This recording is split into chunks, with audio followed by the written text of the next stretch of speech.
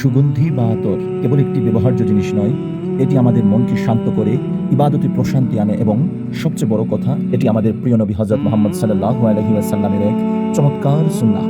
আলহামদুলিল্লাহ, সুগন্ধির প্রতি ভালো লাগা এবং এই সুন্নাহর প্রতি ভালোবাসা থেকেই আজ আমার এই ক্ষুদ্র কালেকশন। পবিত্র কুরআনে জান্নাতের নিয়ামত ও সৌন্দর্যের বর্ণনায় সুগন্ধির চমৎকার উল্লেখ রয়েছে। জান্নাতের সুবাসিত পরিবেশ ও সুগন্ধি উদ্ভিদের রায়হান কথা কুরআনের একাধিক স্থানে উল্লেখ করা হয়েছে, যা প্রমাণ করে সুগন্ধি জান্নাতি নিয়ামতের অন্যতম অংশ। আমাদের প্রিয় নবী সাল্লাল্লাহু আলাইহি ওয়াসাল্লাম সুগন্ধি বা আতর অত্যন্ত ভালোবাসতেন। হাদিস শরীফে এসেছে, তোমাদের এই দুনিয়া থেকে দুটি জিনিস আমার কাছে প্রিয় করা হয়েছে, এক নারী, দুই সুগন্ধি।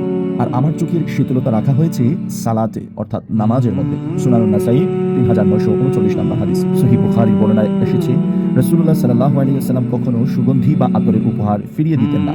এছাড়া সহিহ মুসলিমের হাদিসে তিনি বলেছেন, যাকে সুগন্ধি দেওয়া হয় সে যেন তা প্রত্যাখ্যান না করে, কারণ এটি বহন করা সহজ এবং এর সুবাস অত্যন্ত চমৎকার। সহিহ মুসলিম